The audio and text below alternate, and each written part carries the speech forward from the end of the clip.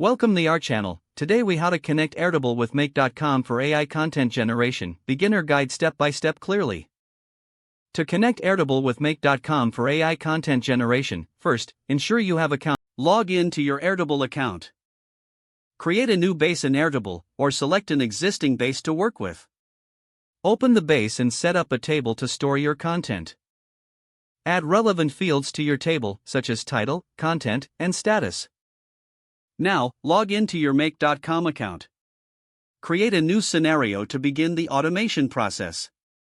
In the scenario, search for and select the Airtable app. Choose the action you want to perform, such as watch records to monitor changes in your Airtable base. Connect your Airtable account by providing the API key, which you can find in your Airtable. Once connected, select the base and table you want to work with. Next, add a module for AI content generation. Search for an AI content generation tool within Make.com, like OpenAI. Connect the AI tool by following the prompts to authenticate your account. Set up the parameters for content generation, specifying the tone, style, or subject matter as needed. Link the output of the AI tool to your Airtable table so that generated content can be stored. Map the fields from the AI tool to the corresponding fields in the Airtable table. Test the scenario to ensure that it works correctly and that data flows as expected. If everything looks good, schedule your scenario to run automatically. Once set, your content will be generated and stored in Airtable based on the parameters you've defined.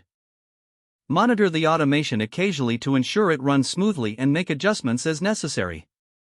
If the page does not load, refresh the browser or try again in a private or incognito window. Make sure you are using the correct email address, then retype it carefully to avoid small typos.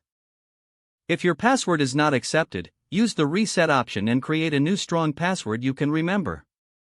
Check your spam folder for verification or security emails, then complete any requested confirmation steps.